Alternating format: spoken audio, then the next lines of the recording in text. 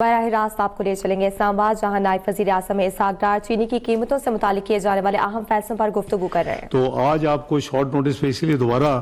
کل رات late night meeting بلائی کہ ہم اس کو کم از کم اس کو کنکلوڈ کریں اس معاملے کو، اور آپ اور ہم مل کے اس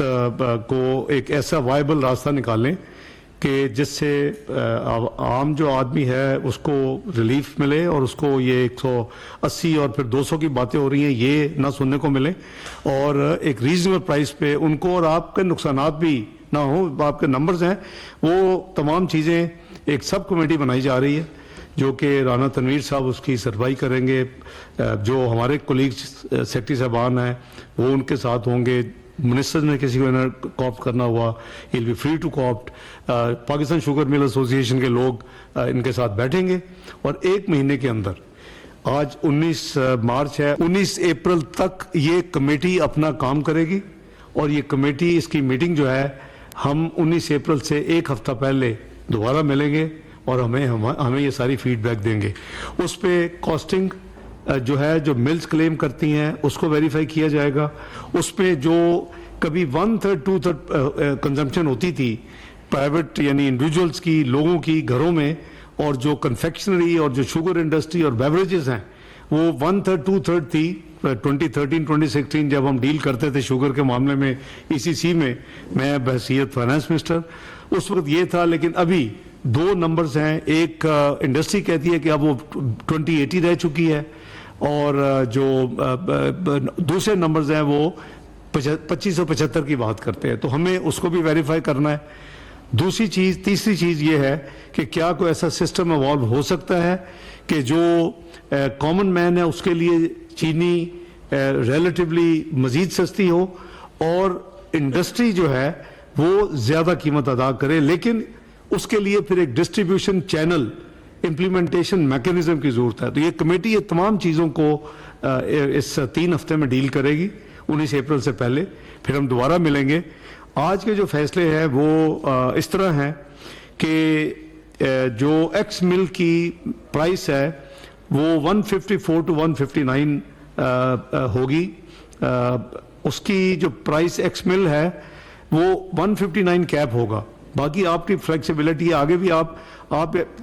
لیکن جو FPR ہے وہ آبویسلی اکارڈنگلی جو بھی آپ کا ایکس مل کی پرائس ہوگی وہ سیل ٹیکس اکارڈنگلی جو آپ پے کرتے ہیں، سسٹم رائج ہے اسی کے مطابق آپ سے سیل ٹیکس لیں گے۔ اگر کوئی آپ کے پرانے سودے ہیں، ٹرانزیکشن ہیں، ڈاکومنٹڈ ہیں، وہ بھی سسٹم رواج ہے، FPR اسی کے مطابق لے گا۔ کیونکہ آپ کی ایک شکایت یہ بھی تھی کہ FBR نے جب سے یہ کرائسس شروع ہوا ہے تو ایک فکس 160 کے اوپر ہم سے وہ سیل ٹیکس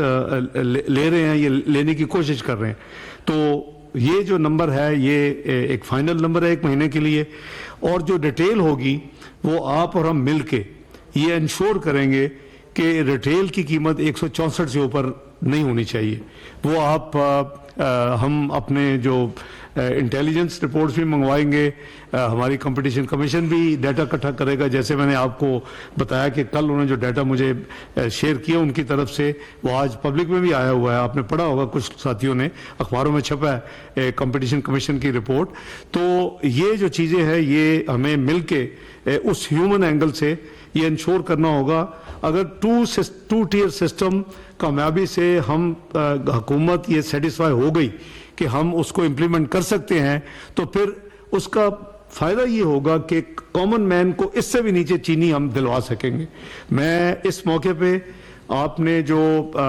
اپنا انڈسٹری منسٹری کے ساتھ اور منسٹر صاحب کی سربراہی میں جو 274 سستے بازار پورے پاکستان میں قائم کیے ہیں، جس پہ آپ آج بھی، وہ بھی ہماری رپورٹس ہے کہ واقعی وہاں 130 روپے کی چینی پر کلو آپ دے رہے ہیں، میں اس کو بھی اپریشیٹ کرتا ہوں حکومت کی طرف سے۔ اور جو عام